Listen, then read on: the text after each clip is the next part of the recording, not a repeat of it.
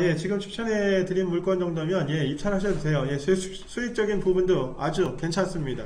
예, 아까 제가 잠깐 얘기 드렸던 오금동 있었죠? 오금동. 그 다음에 명일동 거. 그리고 그 중곡동 거, 군자역에 있는 거. 예, 그거. 그 다음에 암사동 거. 예, 요 물건들 입찰하시는 거 괜찮습니다. 예, 적극 추천이에요, 이거는.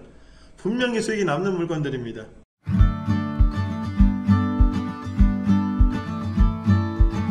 오늘은 뭐 아파트 가격이 워낙에 비싸다 보니까 다들 이제 연립 다세대 주택 이쪽으로 이제 투자처가 옮겨지고 있어요. 그래서 이 지역에 괜찮은 물건들을 이제 소개를 해드릴까 합니다. 동작구 상도동 물건도 있고 마포구 망원동 물건, 그다음에 이제 강남 4구라고 얘기하는 그 송파구 물건도 있거든요. 이 송파구 물건 같은 경우는 인접 지역에 저희가 물건을 이미 몇 년 전에 매입해 온 게 있어요. 그러니까 경매로 낙찰 받은 거죠. 경매로 낙찰 받았는데 지금 그 물건보다도 훨씬 더 좋은 물건이 경매로 지금 나왔어요. 그래서 요것도 좀 소개를 해드릴 거고, 그리고 다른 물건 같은 경우는 여기 이제 광진구 중곡동 같은 경우도 군자역에서 멀지 않거든요. 이 물건도 괜찮고, 강동구 명일동의 물건하고 그 다음에 강남구 개포동의 물건, 이 물건들에 대해서 제가 설명을 해드릴 겁니다. 예, 안녕하세요. 예. 종로구 창신동 물건도 괜찮고요. 그리고 강동구 암사동 같은 경우도 물건이 아주 좋아요. 예, 이 지역도 전세 가격이 되게 높은 지역이라 갭 투자를 할 만한 그런 곳입니다. 갭 투자를 조장하는 방송은 아닙니다. 예, 그게 아니고 이 부동산 아파트에 투자할 수 있는 자금을 갖고 있는 분들이 많지 않아요. 게다가 이제 대출도 규제가 되다 보니까 이거보다는 대출 규제가 조금 느슨한, 그래서 또 돈도 투자하는 금액이 좀 작은 뭐 연립 다세대 이런 쪽에 포커싱을 맞추고, 그리고 나서 요 부분에 대해서 투자를 해서 수익률만 극대화시킬 수 있는 물건들, 이런 것들을 제가 소개를 시켜 드릴게요. 일단은 여기 동작구 상도동 물건 먼저 볼까요? 동작구 상도동입니다. 동작구 상도동인데, 안녕하세요. 예. 위치를 먼저 볼게요. 위치를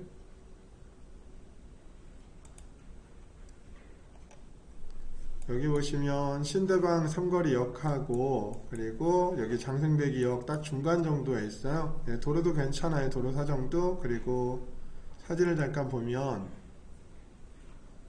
예, 이 물건이거든요. 이 물건이다 보니까 여기는 지금 물건도 저기 2층이라, 예, 2층이라, 예, 위치도 괜찮고, 그리고 요게 지금 201호거든요. 요 오른쪽 물건, 이 오른쪽 물건이에요. 그러면 일단은 전체적인 내용을 한번 볼게요. 감정가는 3억 200만원입니다. 한번 유찰이 돼서 2억 4160만원이 됐고, 현재 소유자가 살고 있는 걸로 되어 있어요. 법원 임차 조사 내역에는. 일단은 등기 권리를 보면 2004년도 6월 2일 날이 요게 최선수인 설정 등기, 즉 말소 기준 등기입니다. 그럼 요게 맞는지만 한번 확인을 해 볼게요. 2004년도 6월 2일, 2004년도 6월 2일 매각물건 명세서를 볼게요. 네, 여기 보시면 2004년도 6월 2일 근저당이라고 되어 있고, 조사된 임차 내역은 없고, 등기된 부동산에 관한 권리 또는 가처분으로 매각으로 그 효력이 소멸되지 아니하는 것, 이런 권리들도 발생하지 않았어요. 그리고 매각에 따라 설정된 것으로 보는 지상권의 개요, 즉 지상권도 없다는 얘기고, 주의사항도 깨끗합니다. 일단 조사된 임차 내역이 없어요. 그러면 소유자나 채무자가 거주한다는 얘기고, 당사자 내역을 볼게요. 여기 당사자 구분해 보면 이해관계인들이 쭉 써 있어야 되는데, 여기 공유자가 있네요. 공유자. 예, 공유자는 이게 아마도 상속물건인 것 같아요. 그럼 상속물건인지 아닌지 한번 확인을 해 볼까요? 등기부등본 볼게요.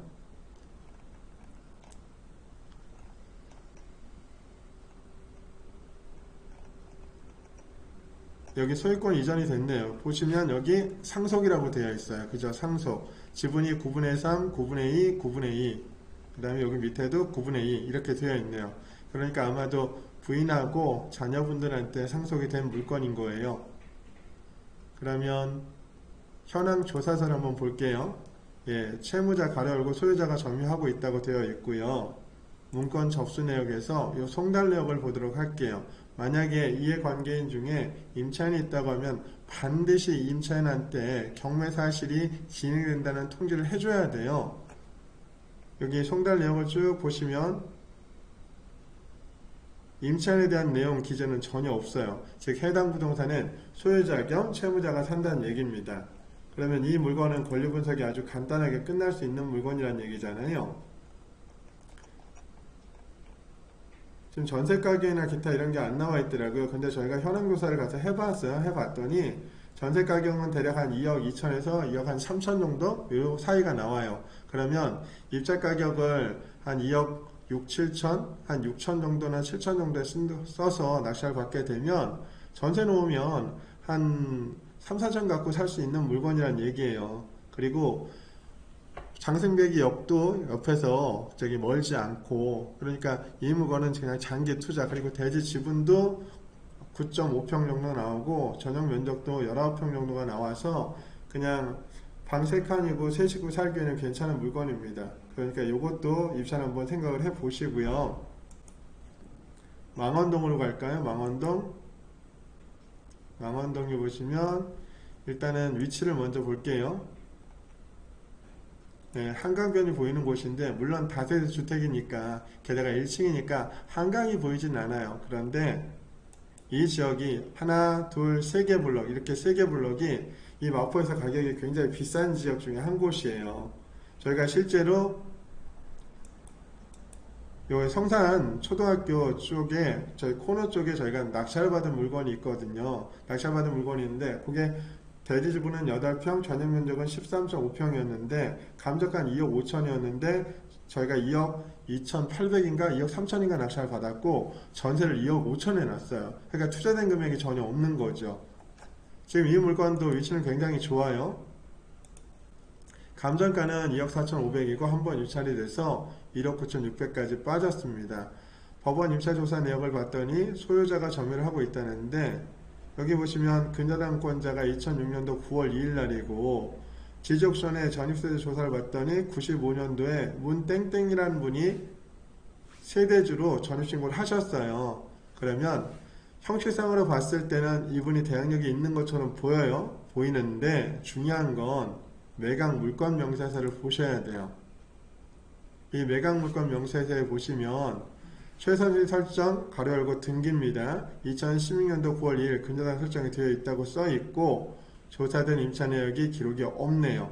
그리고 여기 등기된 부동산에 관한 권리 이 이하 해당 사항 없고 그 다음에 지상권의 개요도 없고 주의사항도 깨끗해요. 아까는 해당 사항 없음이라는 내용이 없이 그냥 이 비고란처럼 이렇게 비어져 있었잖아요. 요건 집행관 성향이에요. 성향에 따라서 해당 사항이 없다라고 표시도 해주고 어떤 경우에는 그냥 비고란처럼 비워놓기도 해요. 어쨌거나 이 물건은 낙찰자가 낙찰대금을 완납하면 추가로 인수하는 그런 비용이나 추가로 인수하는 권리가 없다는 겁니다. 지금 권리 분석이 아주 심플하게 짧게 간단하게 끝날 수 있는 물건이라는 얘기죠. 현황조사서 볼게요. 여기 보시면 채무자 가로 열고 소유자가 점유한다고 되어 있어요. 마지막으로 문건 접수에 처리 내역 말고 요 송달 내역을 볼게요. 송달 내역을 쭉 내려가서 보시면 임차인에 대한 기록이 없죠. 깨끗하죠. 이 물건은 현장 가서 임장 활동만 좀 하시고 입찰 가격을 잘 쓰시면 돼요. 그러면 요거는 전세 금액이 얼마나 가느냐, 요건 약간 9억이에요 95년도라. 그래서 전세 가격은 한 1억 5, 6천 정도 5, 6천 정도가 적당하지 않을까 봐요. 그러면 요것도 한 2억 선, 뭐 2억 1,000, 뭐 1,500 요 선에서 입찰가를 쓰시고 뭐 좀 내부 수리를 좀 더 하면 한 1억 7천에서 1억 8천까지도 받을 수 있어요. 근데 좀 낮게 평가를 하면 한 1억 6, 7천 정도가 적당하지 않을까. 요건 장기로 묻어두시는 게 좋을 것 같아요. 장기라고 얘기하면 기본적으로 한 4년 정도, 4년 이상 묻어두실 생각이면 이거 입찰하셔도 괜찮습니다. 그리고 요번에 이제 송파구 오금동, 아까 제가 잠깐 얘기했던 거, 그 물건하고 제가 비교를 해드릴게요. 요거 먼저 보시면 여기가 이제 누에머리 공원 쪽이고요. 이 라인에 있습니다. 이 라인에 있는데 감정가는 3억 2천만 원이에요. 한번 유찰이 돼서 2억 5천6백이 됐고, 여기 임차인이 거주하시는데 근저당 설정 날짜가 2015년도 3월 달이고 임차인의 전신고 날짜가 2018년도니까 이 임차인은 대항력이 없는 사람이에요. 그러면 이거는 등기 권리라고 되어 있는 건 지지옥션 직원들이 경매사건이 진행이 되면 등기부등본을 발급받아서 채권자들, 즉 배당받을 사람들 그 순서대로 접수 날짜를 기록을 해 놓은 거예요. 요거는 하다 보면 사람이 하는 일이다 보니까 이게 오기가 되는 경우가 있거든요. 그래서 법원 서류를 보실 거예요. 2015년도 3월 31일 근저당이 맞는지. 매각물건 명세서를 보시면 여기에 2015년도 3월 31일자 근저당권이라고 되어 있고, 여기 임차인이 계시는데 임차인의 전신고 날짜는 2018년도에요. 그러니까 당연히 임차인은 대항력이 없는 거죠. 그리고 여기 등기된 부동산에 관한 권리 그 이하 매각에 따라 설정된 것으로 보는 지상권의 개요, 비고란 다 깨끗해요. 그럼 권리 분석을 더 이상 할 필요가 없는 물건이란 얘기예요. 그럼 이번엔 당사자 내역을 볼게요. 여기 당사자 내역에 이 임차인은 한 사람만 기록이 되어 있어요. 근데 이 임차인은 대항력이 없는 사람이었죠. 그리고 다른 임차인은 기록이 없어요. 현황 조사서 볼게요. 예, 여기 임차인 별지 점유하고 있다라고 되어 있고, 이 임차인 전입신고 날짜가 나와 있어요. 전입신고 날짜가 나와 있는데 이 전입신고 날짜가 최선실 설정 등기 날짜보다 늦으니까 당연히 임차인은 대항력이 없어요. 즉 낙찰자가 낙찰대금 외에 추가로 인수하지 않아도 된다는 얘기입니다. 문건 접수 내역에 송달 내역 마지막으로 한번 더 볼게요. 이 송달 내역 보시면 조금 전에 그 임차인 한 사람만 여기 기록이 되어 있어요. 기타 다른 임차인은 없다는 얘기잖아요. 즉 임차인이 거주는 하는데 말소기준 등기, 즉 최선실 설정 등기보다 전입신고 날짜가 늦어요. 그래서 임차인이 대항력이 없는 사람이죠. 그럼 낙찰자가 추가로 인수할 사항이 발생하지 않는 물건. 이 물건도 권리 분석이 아주 쉬운 물건이란 얘기예요. 그러면 이게 감정가가 3억 2천인데 최저가가 2억 5천6백이에요. 여기서 지분을 잠깐 좀 봐주세요. 대지 지분을 12.41평, 약 12.5평이고 건물의 전용 면적이 등기평수가 21평이에요. 21평.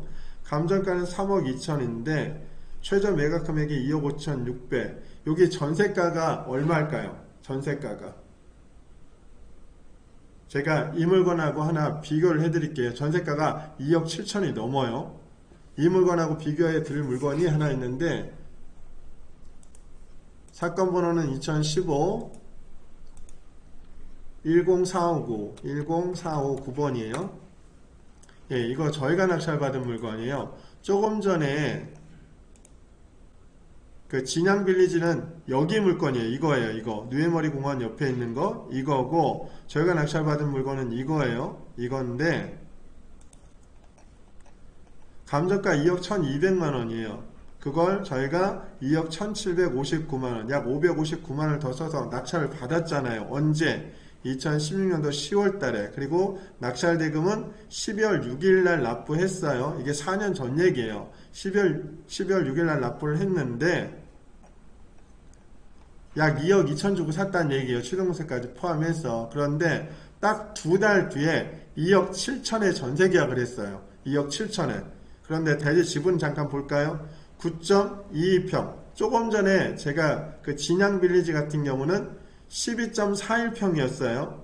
건물 면적이 얘는 17평인데 걔는 21평이잖아요. 그러면 이 물건보다 조금 전에 경매 나온 물건이 훨씬 더 대지 지분이나 전용 면적이 넓다는 얘기죠. 전용 면적 17평짜리가 전세가가 2억 7천이라고요. 2억 7천. 제가 조금 전에 걔는 전용 면적이 21평인데 2억 7천에서 2억 8천이라고 전세가를 얘기한 건 굉장히 보수적으로 접근해서 얘기한 거예요. 그렇다고 하면 조금 전에 그 진양빌리지 물건이요.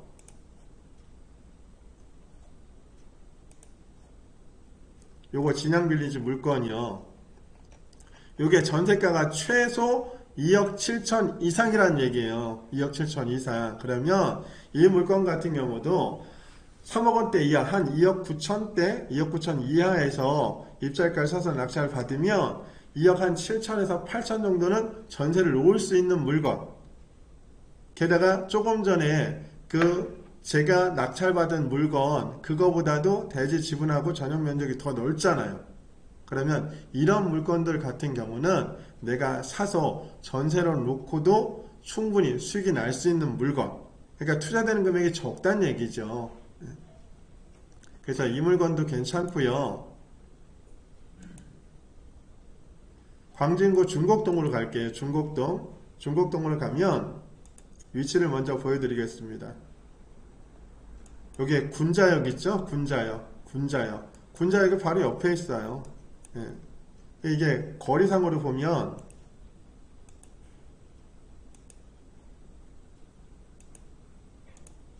한 300m 안에 역사가 있다는 얘기입니다. 위치는 굉장히 좋아요. 그리고 법원 임차 조사 내역을 봤더니 세대주의 전입신고 날짜가 2002년도 10월달, 동거인의 전입신고 날짜가 2015년도 4월달이에요. 근데 말소기준 등기는 2013년도 4월달이니까 동거인은 대항력이 당연히 없는 사람이고 2013년도 4월 6일, 여긴 2002년도에요. 근데 김땡땡이라는 분이죠. 여기 소유자가 김땡땡이라는 사람이에요. 만약에 이 사람이 임차인이라고 하면 법원 기록상에 임차인 내역이 있어야 되겠죠. 그럼 일단은 매각물건 명세서 볼게요. 2013년도 4월 16일, 요게 최선순위 설정 일자가 맞는지 먼저 확인하겠습니다. 여기 보시면 2013년도 4월 16일 근저당 최선순위 설정 등기 되어 있어요. 조사된 임차인 내역은 없습니다. 그리고 등기된 부동산에 관한 권리 이하 매각에 따라 설정된 것으로 보는 지상권의 개요, 비고란 다 깨끗합니다. 해당 부동산에 임차인이 거주하지 않는다는 얘기예요. 그러면 조금 전에 그 말소기준 등기보다 세대주의 전입신고 날짜가 빨랐는데 그 세대주의는 누구란 얘기예요? 소유자입니다. 소유자. 그러면 다음으로 당사자 내역을 볼게요. 여기 이해관계인의 임차인 기록이 없죠. 예, 해당 부동산에 임차인이 거주하지 않는다는 얘기입니다. 그리고 현황 조사서 보겠습니다. 현황 조사서 보면 여기 점유관계 미상이라고 되어 있어요. 이게 아까는 채무자 가로 열고 소유자 점이라고 되어 있는데 여긴 점유관계 미상이라고 되어 있죠. 예, 두려워하실 필요가 없어. 여기 집행관이 가서 현황 조사를 했는데 사람을 만나지 못한 거예요. 그래서 그냥 미상이라고 써 있는 거고, 여기 보시면 2번에 전입세대 열람 내역 결과 본권 부동산에는 소유자 가정만 주민등록부에 등재되어 있어 이런 임차인 없음으로 보고함. 만약에 해당 부동산에 임차인이 있다고 하면 물권 명세서나 당사자 내역서나 현황 조사서나 마지막으로 여기 문건 접수 내역에 이 송달 내역에 임차인 기록이 있어야 돼요. 근데 임차인 기록이 없잖아요. 해당 부동산은 소유자 겸 채무자가 산다는 얘기입니다. 즉, 이 물건도 권리분석이 아주 간단하게 끝날 수 있는 물건이란 얘기예요. 그러면 위치가 역사까지 거리는 약 300m니까 도보로 따지면 한 5분 이내일 거예요. 5분 이내고 감정가 3억 7천만 원입니다.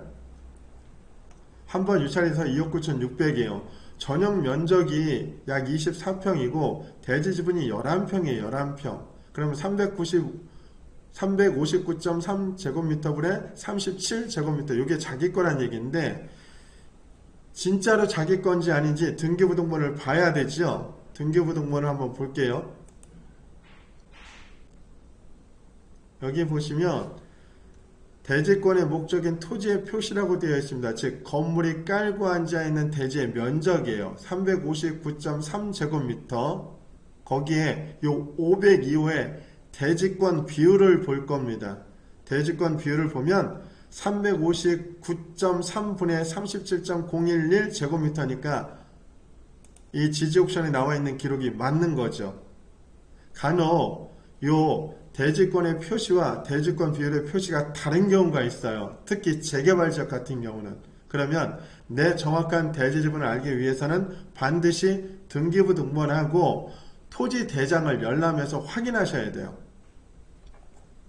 어쨌거나 이 물건은 감정가 3억 7천이고 최저가 2억 9천6백인데 대항력은 없는 사람들입니다. 그러면 전세 금액이 얼마나 가는지 이것만 조사를 하시면 되잖아요. 그러면 현장 가서 한번 확인만 좀 해보세요. 임장 활동으로. 아마 전세가가 2억 5천 이상이 나올 거예요. 2억 5천 이상이. 그리고 역사가 옆에 있어서 나중에 뭐 부동산 가격이 빠진다고 하더라도 이 물건은 충분히 현재 가격을 유지할 수 있는 그런 물건이니까 부담 갖지 마시고 가셔서 한번 입찰가 내가 입찰할 수 있는 가능 금액, 그 다음에 전세 가능 금액 요런 걸 한번 체크해 보세요.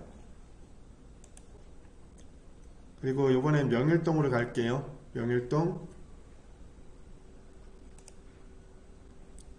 예, 여기도 바로 역사 옆이에요. 거리가 얼마나 떨어져 있냐면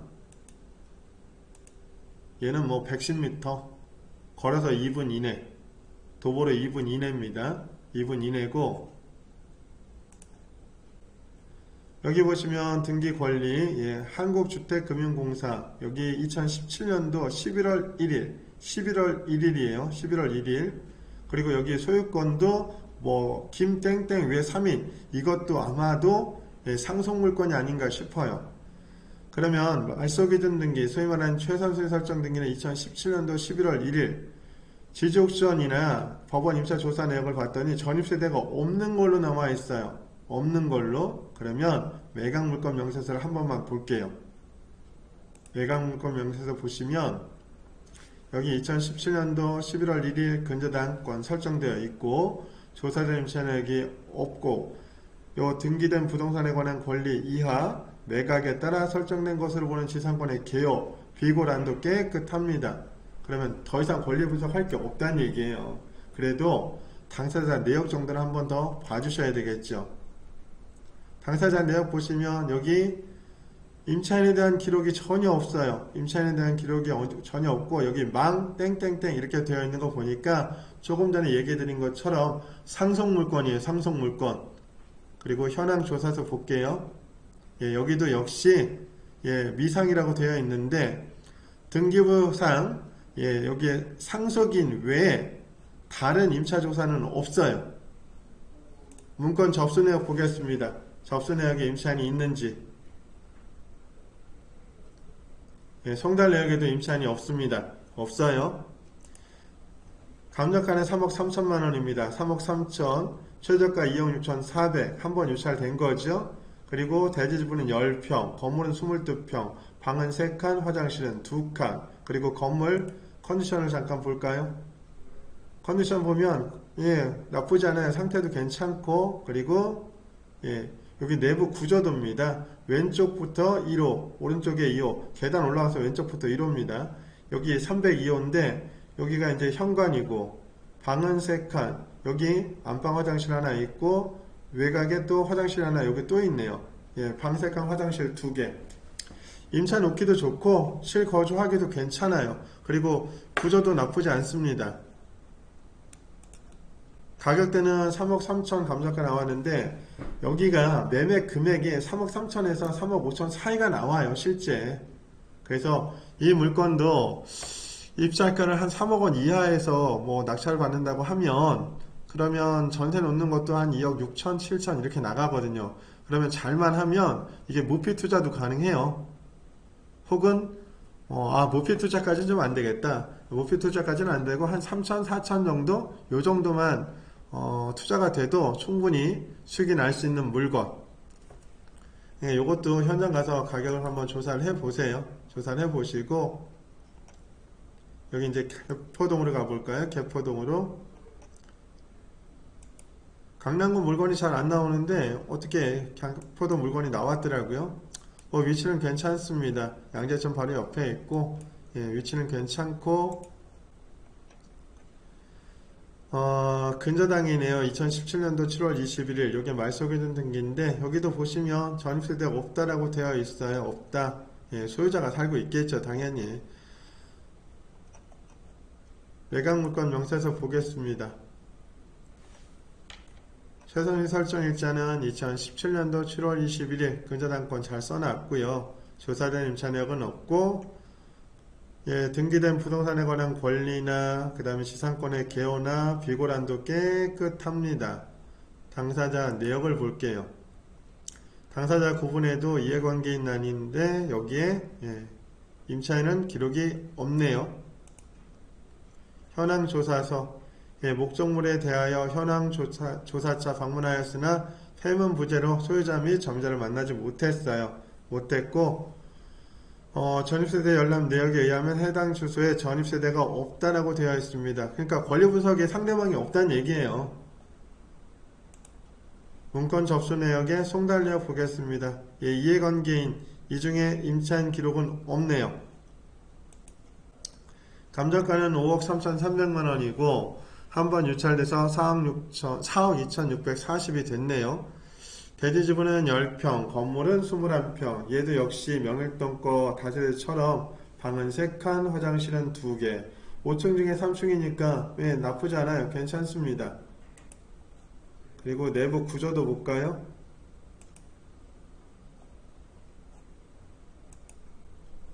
내부 구조도 보면 내부 구조도 그냥 뭐 나쁘지 않습니다. 뭐 이 정도면.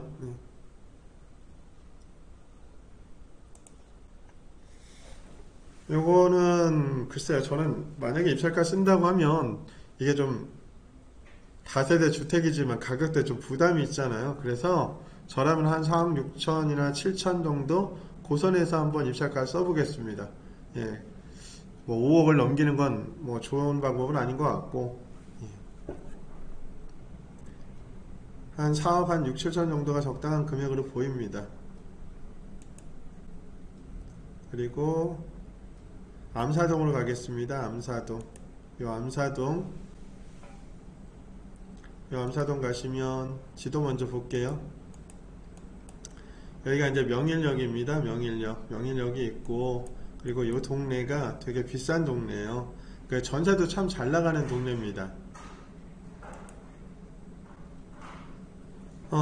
말소기준 등기는 2008년도 5월 2일 날이고요. 임차인의 전입신고날짜는 2013년도네요. 그리고 지지옥션의 전입세대의 열람 내역서를 봐도 2013년도로 되어 있어요. 즉 말소기준 등기보다 임차인의 전입신고날짜가 늦습니다.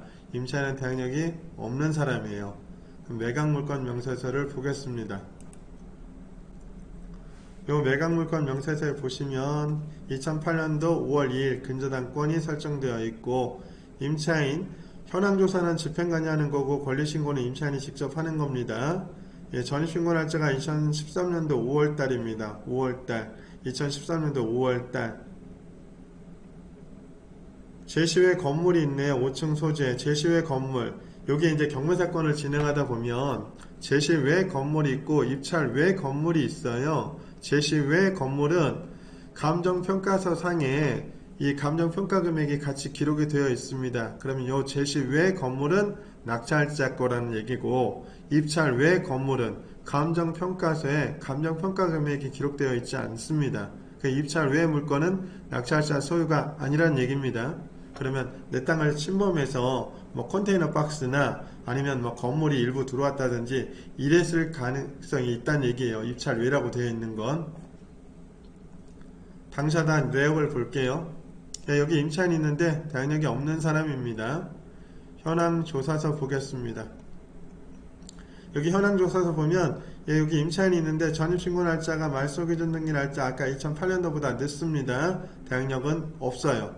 그리고 문건 접수 내역에 요 송달 내역 보겠습니다. 쭉 보시면 요 임차인 김땡땡이라는 분만 계세요. 다른 분은 안 계십니다. 그러면 대항력 없는 임차인이 있으니까 뭐 낙찰자 인수항은 아니란 얘기죠. 요게 대지집은 7.67평, 건물은 13평, 방은 3칸입니다. 이제 간혹 이렇게 얘기하시더라고요. 한 20평이나 돼야 방 3칸 나오는 거 아닌가요? 12평, 13평이 돼도 방은 3칸이 나와요. 대신 이제 부엌이 좀 작죠. 거실 겸 주방이라는 개념이 없는 거죠.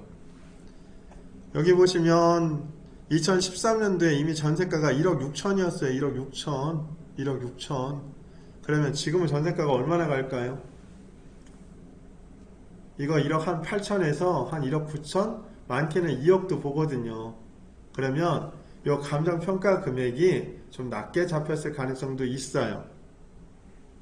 그러면 저는 요거를 한 1억 7천이나 8천, 한 1억 8천 정도? 1억 8천까지 입자가를 한번 써볼게요. 써보고 전세가 아마 1억 7, 8천 나갈 거예요, 이거. 그러면 얘도 초기에 이제 매입했으니 들어가는 비용이 좀 발생하겠죠. 초기에는 자기 자본이 다 들어가겠지만 전세로 놓으면 충분히 무피 투자가 될 수 있는 물건, 정말로.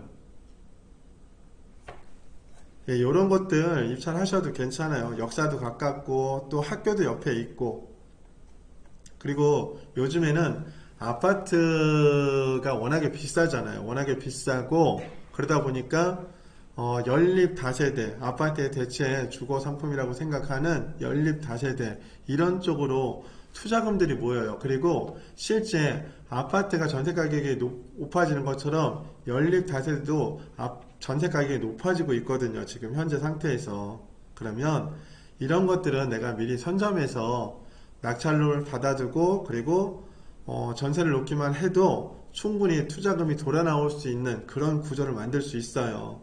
그리고 시간이 지나면서 가격은 계속해서 올라갑니다.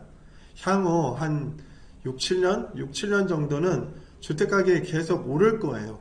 요거는 제가 길게 잡은 거예요. 길게. 근데 단타로 해도 최소한 2, 3년 이상은 가격이 오를 겁니다. 그러면 2, 3년 갖고 있다가 그냥 처분하시고 나오세요. 이번에는 관악구 신림동으로 갑니다. 신림동으로 위치 먼저 볼게요. 예, 위치도 괜찮습니다. 지금 서울대학교 정문 쪽인데 이 라인이 신림 재정비 촉진지구예요. 그래서 1구역, 2구역, 3구역, 여기 같은 경우도 입주 시점이 되면 14억, 15억 정도 찍을 거예요. 34평형이. 물론 이 지역하고는 좀 동떨어져 있습니다. 동떨어져 있는데 위치가 나쁘지 않아요. 신림동 치고는. 여기 보시면 근저당 설정권자 신한은행이네요. 2016년도 4월 25일. 근데 임차인이 있는데 전입신고날짜가 2017년도예요. 그러면 이제 경험치가 좀 있는 분들은 여기서 권리 분석을 끝내시더라고. 그런데 오기가 날 수 있다니까요. 그러니까 우리는 공부하는 차원에서 매각 물건 명세서 보시자고요. 매각 물건 명세서 보시면 최선수익 설정 등기가 2016년도 4월 25일 근저당. 임차인 계십니다. 이 임차인은 2017년도에 전입했으니까 당연히 대항력은 없어요. 그리고 등기된 부동산에 관한 권리나 지상권의 개요나 비고란도 깨끗합니다. 낙찰자가 낙찰대금 외에 추가로 인수할 권리나 임차보증금이 없다는 얘기입니다. 당사자 내역 볼게요. 쭉 보면 임차인 김땡땡이라는 분만 계세요. 다른 분은 안 계십니다.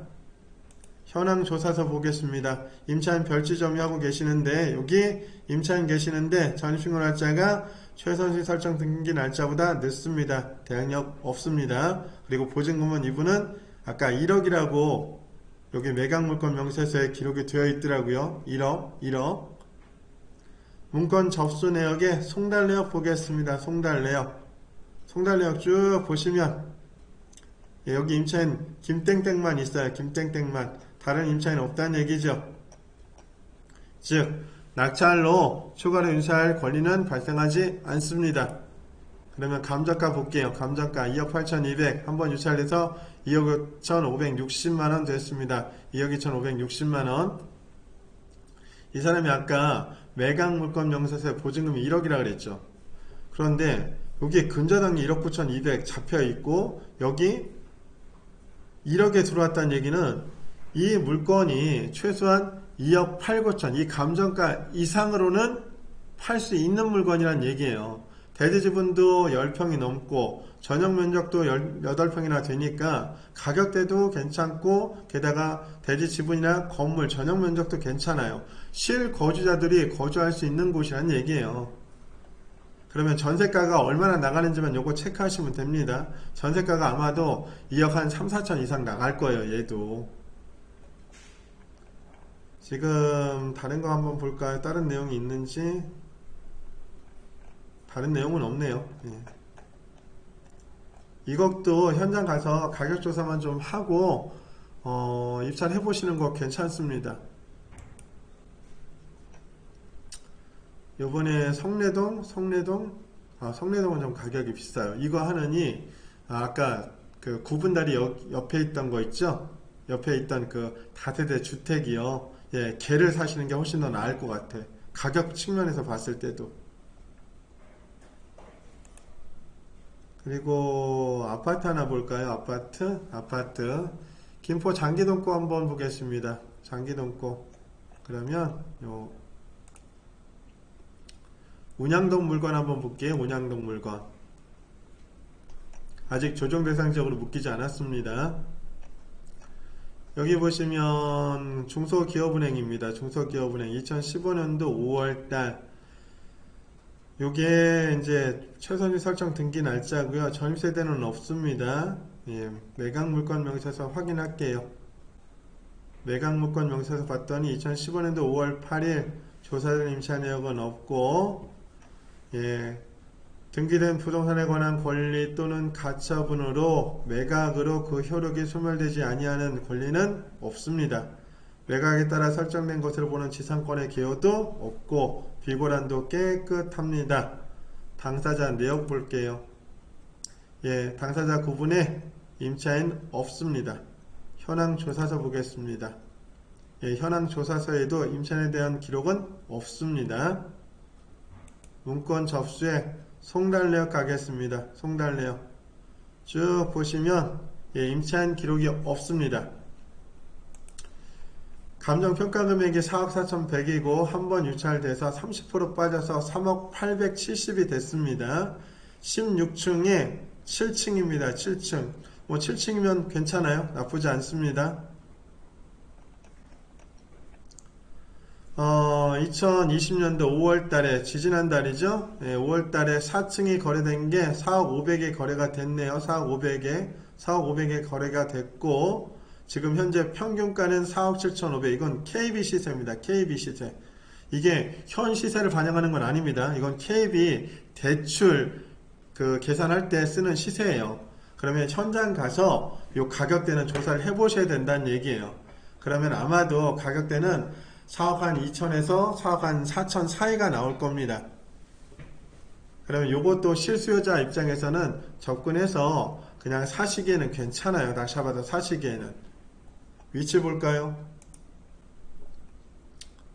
요게 지금 110동이니까 여기네요. 여기고 사진 구조도 보겠습니다. 사진 구조도 보면 양쪽 날개가 아니라 요 가운데 부분입니다. 가운데 부분. 전자집 주번도 다시 볼게요. 여기 V라인에 여기입니다. 여기 이 라인. 예, 그러면 이쪽은 동쪽이네. 동양입니다. 동양. 그리고 이쪽으로 봤을 땐 서양이고 역사는 여기 운양역이 있습니다. 운양역까지는 거리가 얼마나 나올까요?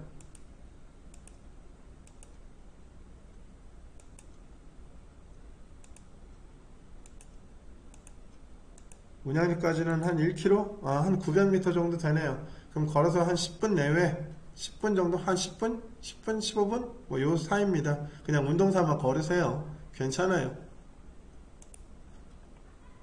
거래상의 하점 없는 물건입니다. 깨끗해요. 입찰 참여하셔도 됩니다. 그리고 여기 장기동 요 쌍용 예가 물건 한번 볼게요. 쌍용 예가 근저당은 2016년도 2월달입니다. 2월 15일. 근데 세대주 전입신고 날짜가 2016년도 2월 23일이네요. 2월 23일. 그럼 요렇게 봐도 일단 대항력은 없어요. 그러면 매각물건 명세서 보겠습니다. 최선수의 설정 등기 날짜가 2016년도 2월 15일. 조사된 임차 내역이 없어요. 그리고 등기된 부동산에 관한 권리 이하 지상권의 개요 비고란 깨끗합니다. 깨끗해요. 그러면 여기 나와 있는 세대주의 전입신고 날짜에 정땡땡이라는 사람이 거주하는데 이 사람은 소유자란 얘기입니다. 소유자. 즉 권리분석의 상대방이 아니란 얘기입니다. 위치 볼게요. 위치. 여기 117동입니다. 여기에요. 117동. 이거 다 상업지역입니다. 그리고 여기가 라베니체라고 해서 인공호입니다. 인공호. 예. 여기 위치가 괜찮아요. 117동입니다. 내부 구조도 볼게요. 예, 여기 양쪽 날개 아닙니다. 이쪽 부분이에요. 이쪽 부분. 그러면 전자 지번도 다시 볼게요. 예, 여기란 얘기예요. 여기. 그러면 오른쪽으로는 동양이고, 요 밑에도 사진 구조도 보시면 요 밑에도 요게 이제 거실 쪽입니다. 거실 쪽. 예, 거실 쪽이에요. 그러면 거실 쪽으로는 남양이란 얘기입니다. 볕이 잘 들어요. 감력가는 3억 4,100. 한번 유찰돼서 약 2억 4천까지 빠졌네요. 2억 4천까지. 요거는 19층 중에 5층입니다. 5층. 그리고 33평형이에요.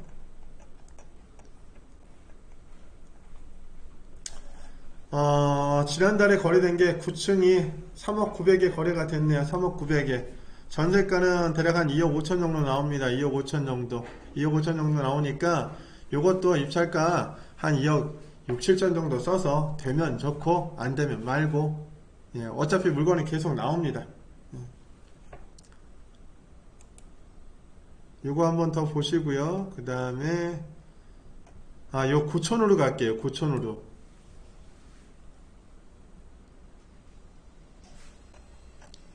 요 고촌으로 가시면 요게 근저당 설정 날짜가 2016년도입니다. 전입세대 없습니다. 없어요. 매각물건 명세서 볼게요. 매각물건 명세서 2016년도 7월달입니다. 2016년도 7월달 조사된 임차 내역이 없네요. 그리고 요 밑에 기타 사항란도 깨끗합니다. 당사자 내역 보겠습니다. 예, 여기 임금채권자는 있어도 임차하는 기록이 없어요. 이 기록이 없습니다. 현황 조사서 보겠습니다. 예, 점유관계 미상. 예, 점유관계 미상이어도 상관없어요. 문건 접수 내역에 송달 내역 가겠습니다. 송달 내역. 송달 내역 쭉 보시면 임차인에 대한 기록이 전혀 없습니다. 즉 권리 분석에 대상이 없다는 얘기예요. 그럼 낙찰 받으면 그냥 요거 인수해 오시면 돼요. 요게 4억 8,700만원인데 3억 4천까지 빠졌고요. 15층에 12층입니다. 노열층이죠. 노열층. 예, 4억 800에 거래가 됐었어요. 2층은. 그리고 8층. 요게 6, 7층 이상은 4억 한 5, 6천에 거래가 되더라고요. 4억 5, 6천에. 4억 5, 6천에. 그리고 전세 금액은 한 3억에서 3억 한 4천까지. 예, 요렇게 나옵니다. 그러니까 이 물건도 그냥 실수요자가 그냥 들어가서 살기는 괜찮은 물건입니다. 예, 오늘 물건 한 10대 개 정도 본 것 같아요. 10대 개 정도 봤으니까, 그러면 물건 분석하는데 어떻게 다 대항력이 없는 임차인이 있거나 혹은 뭐 이게 권리 분석에 상대방이 없는 소유자나 채무자가 사는 물건만 이렇게 보여주느냐? 예, 그 물건만 따로 추린 거예요. 여러분들 입찰하시기 편하라고. 요거는 현장 가서 가격만 조사하시면 됩니다. 요즘엔 아파트 담보대출 규제가 많다 보니까 이제 규제가 이제 강력하잖아요. 그러다 보니까 연립 다세대 그런 쪽의 물건들을 많이 보시더라고요. 실제 제가 7월 1일날 사온 물건이 하나 있어요. 이제 저희 수강생이 사온 건데 이제 가서 같이 확인을 한 거죠. 경기도 구리시 수택동 453의 13번지 4층 401호예요. 요게 영생빌라인데 대지지분은 10.678평, 전용 면적은 10.21평, 401호입니다. 4층 중에 4층이에요. 요게 그 영생빌라 가서 그 가격대 조사하시면 싼 게 1억 2천이고 평균가 1억 한 3천 정도 나오는데 저희가 이거 얼마 주고 샀게요? 1억 주고 샀습니다. 1억 주고 샀는데 전세가가 8천에서 9천이 나와요. 그러면 경기도 구리인데 게다가 지하도 아니고 지상인데 이거 1억 주고 샀다고요. 다리품을 한 4개 부동산 다녔거든요. 4개 부동산 다니면서 물건들을 받은 거예요. 받아서 그 중에서 제일 나은 물건, 그리고 이 물건은 나오자마자 당일날 저희가 한 30분도 안 돼서 투자 결정을 한 물건이에요.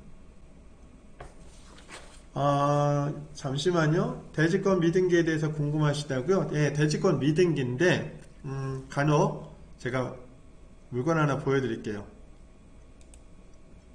대지권 미등기라고 하셨으니까 물건을 보고 설명을 할게요.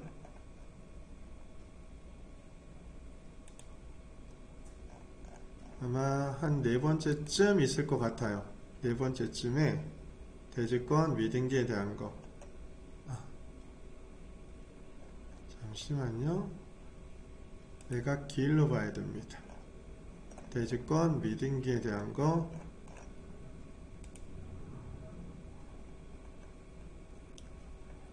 여기 있네요. 여기 대지권 미등기라고 되어 있습니다. 여기 보시면 여기 대지권 미등기라고 되어 있죠. 미등기.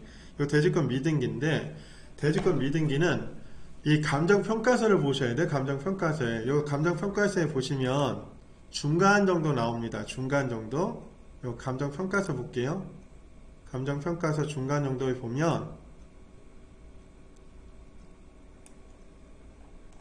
여기 나오네요. 여기 감정평가서에 여기 배분 내역이라고 해서 토지에 대한 감정평가 금액과 건물에 대한 감정평가 금액을 합친 게 5억 6,500, 즉 이게 최초 감정가예요. 5억 6,500. 여기 토지에 대한 감정평가 금액이 같이 기록이 되어 있어요.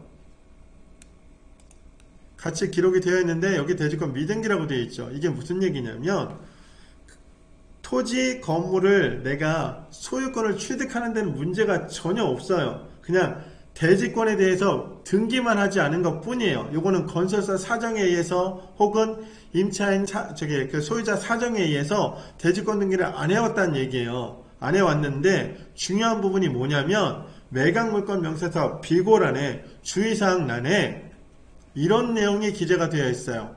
대지권 미등기이지만 매각 가격에는 대지권이 포함되어 있고, 즉 감정평가서 상에는 대지권에 대한 가격이 포함되어 있어요. 그런데 2016년도 4월까지 미납한 분양대금이 있대요. 그 미납한 분양대금이 대략 2억 3,400만원이에요. 2억 3,400만원이라는 얘기는 요 대지권 등기를 하기 위해서는 이 미납한 분양대금을 낙찰자가 부담해야 되는 경우가 생길 수 있어요. 그러면 이런 경우에는 입찰하시면 안 돼. 혹은 대지권 미등기 이 수분양자가 분양대금을 미납한 경우일 수 있어요. 그래서 입찰가에서 그 금액을 빼고 입찰을 하시든지 그렇게 하셔야 돼. 그래서 이 대지권 미등기에 대한 부분은 매각물권 명세서의 주의사항란에 어떻게 기재가 되어 있느냐에 따라서 이걸 내가 인수하느냐 인수하지 않아도 되느냐 판단할 수 있습니다. 그 다음에 다른 건요. 성내동 물건이요? 성내동 물건보다 저기 암사동 물건이 훨씬 더 나았어요. 암사동 물건이. 그게 암사동도 동네가 나쁘지 않아요. 성내동도 물론 동네가 좋긴 한데 성내동은 신축이다 보니까 건물 가격이 많이 포함되어 있어요. 암사동보다도. 그래서 암사동 쪽으로 투자금이 좀 적게 들어가니까 그쪽을 투자하시는 게 더 낫다라는 얘기입니다. 상속이 여러 명 공유되어 있는 주택물건은 명도 받는데 어려움이 없나요? 어려움 없습니다. 전혀 없어요. 그냥 인도면을 신청하시면 돼요. 그러니까 상속인들한테 다 인도면을 신청하시면 됩니다. 전혀 문제 없어요. 투자 방향이요? 아파트보다는 열린 다세대 쪽으로 투자를 하시는 게 좋을 것 같습니다. 그리고 서울 같은 경우는 3억 원대 이하의 물건들, 3억 원대 이하의 물건들 이런 것들 입찰하시는 게 좋고, 경기도로 가시면 경기도 구리 같은 경우나 광명이나 하남이나 이 지역은 한 1억 한 2, 3천 이하의 물건들 이런 것들은 매입하셔도 되고 그냥 일반 매매로 매입하셔도 되고, 경매 나오는 거 있으면 그건 무조건 사시는 게 좋아. 대출이 안 나온다고? 대출이 안 나오면 여기 이제 이렇게 하시면 돼요. 저는 기존에 그 대출을 받은 게 있다 그러면 채무자를 다른 사람으로 쓰면 되죠. 대신 이제 채무자가 가족이 좀 돼줘야 되겠지. 그러면 전혀 문제 없어요. 경매는 꾸준하게 하시면 돈을 벌어요. 꾸준하게 하면 돈을 버시고, 또 경매 물건보다도 금매 나오는 것들이 있거든요. 그러면 그런 건 현장 가서 가격 조사 하시다 보면 알 수 있어요. 그리고 싸다고 덜컥 계약하지 마시고 그 중개업자들 사장님들한테 물건을 쭉 받으세요. 번지 호수까지 알려달라고 하면 그거는 안 가르쳐줘요. 그러니까 대략 앞에 번지만 가르쳐달라고 하시고 대지 지분하고 전용 면적, 그 다음에 전세가, 월세가, 매매가 이것만 좀 확인해 달라고 하세요. 그래서 다른 부동산 사장님들하고 물건 받은 거하고 좀 비교를 하셔서 그 중에 좀 저렴하다고 생각하는 거, 그리고 투자금이 적게 들어가는 거, 그리고 절대 이 전체 매매 금액이 무겁지 않은 거. 무겁다는 얘기는 주변에 평균가보다도 가격이 높은 걸 얘기하는 거예요. 높은 거. 그러면 이런 것들은 나중에 팔 때 좀 힘들어요. 무주택이세요? 예. 청약이요? 글쎄, 한 1, 2년 지나면 청약가점이 한 1점, 2점 뭐 이렇게 올라가더라고요. 올라가는데, 청약가점이 올라가서 내가, 청약에 대해서 당첨이 될 확률하고, 내가 지금 사서 예를 들어 이제 구축 아파트 같은 경우, 구축 아파트 경우도 향후 1, 2년 뒤면 한 1, 2억은 뛸 거예요. 예, 그걸 기다릴 건지 아니면 내가 구축 아파트를 그냥 살 건지 혹은 경매를 매입할 건지 요건 선택을 하셔야 되는데 저는 글쎄요 청약 통장 갖고 기다리는 건 좀 아니라는 생각을 하거든요. 저는 청약 통장이 없어. 아예 처음부터 아예 안 만들었어요. 오피스텔은 주택수에 포함 안 됩니다. 예. 저희는 수강생들끼리 이참에 이제 저희가 1호 했고 2호도 했거든요. 어떤 경우냐면 낙찰을 받았어요. 근데 대출이 막혀서 저희 수강생들 중에 돈이 있는 분들이 좀 있어요. 그리고 또 외지에서 저희가 돈을 차입해 오기도 해요. 그러면 은행에서 담보대출 안 나오잖아요. 저희가 대출을 해. 금리는 6%야. 그리고 1순위 근저는 설정할 거예요. 그리고 나서 전세로 이걸 맞추면 다시 갚는 조건으로, 예, 이렇게도 저희가 진행을 합니다. 특수물건 입찰에 대해서는 어떻게 생각하시냐고요? 특수물건이요? 특수물건은 이게 이제 소위 말하는 유치권이나 법정지상권을 얘기하는 거예요. 근데 유치권은 약 95% 이상이 허위나 과장 유치권입니다. 이건 충분히 해결할 수 있는 부분이에요. 그런데 일단은 유치권이 들어가면 대출이 안 나옵니다. 그리고 내가 소유권 이전을 하려면 자기 자본이 100% 다 들어가야 돼요. 또 하나, 다 들어가서 소유권 이전을 했어도 사용 수익을 못 합니다. 왜? 유치권자가 있잖아요. 그러면 이 유치권자가 있음으로 해서 이 사람을 내보내야 되니까 유치권 부존재 소송이 들어가야 됩니다. 협의가 안 되면 당연히 소송을 하셔야 되거든. 그러면 돈은 들어갔는데 당장 사용을 못 하니까 요게 아무래도 조금 시간이 오래 걸리겠죠. 그러다 보니까 입찰 가격은 계속해서 빠져요. 예, 빠지는데 그걸 감내하고 내가 살 수 있는 시간과 돈이 있으면 하는 거고, 그렇지 못하면 아예 그 특수물건은 안 보시는 거예요. 그리고 특수물건은 시간과 돈 싸움이에요.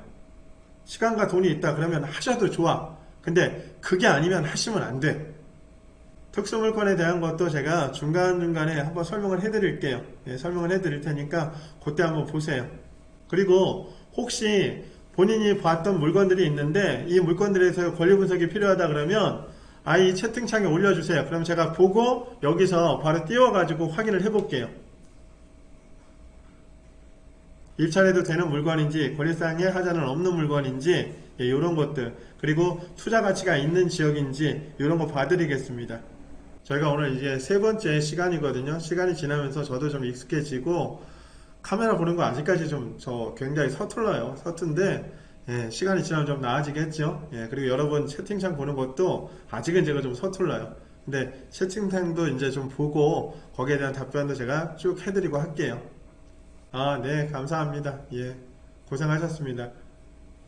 규칙적으로 할 겁니다. 규칙적으로 할 거고, 그리고 미리 사전에 고지를 해드리도록 할게요. 그러면 오늘 방송은 여기서 마치도록 하고요.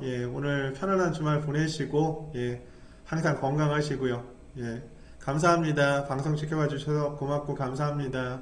다음 시간에 뵐게요. 네, 계속 진행할 겁니다. 감사합니다.